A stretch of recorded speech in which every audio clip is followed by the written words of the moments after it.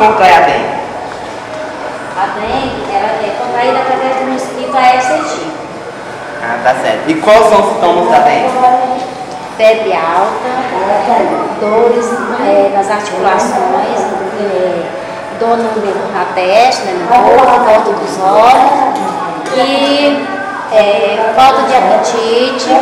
São vários sintomas. Tá certo. Às vezes vômito. Tá. E descreva o mosquito pra gente. O mosquito,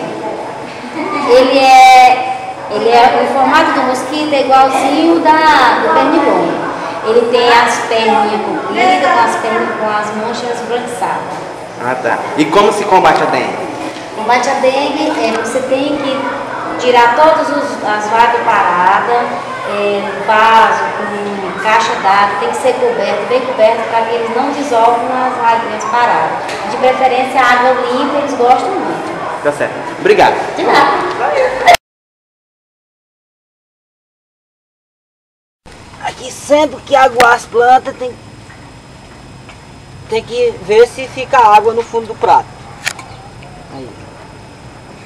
Esse aqui tem água, tem que derramar e trocar por areia. Aí aqui no lugar da água você colocar areia no prato para não juntar água. Aí o mosquito da dengue não reproduz.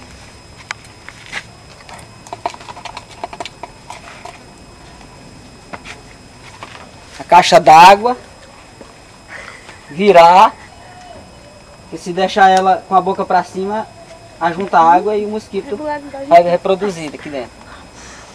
Então essa aqui está na posição certa. O que você achou do nosso trabalho aqui? Eu gostei, os agentes de saúde também é bom, para não aumentar o mosquito, né? E tá protegendo nossa saúde dos nossos filhos. É verdade. Tchau.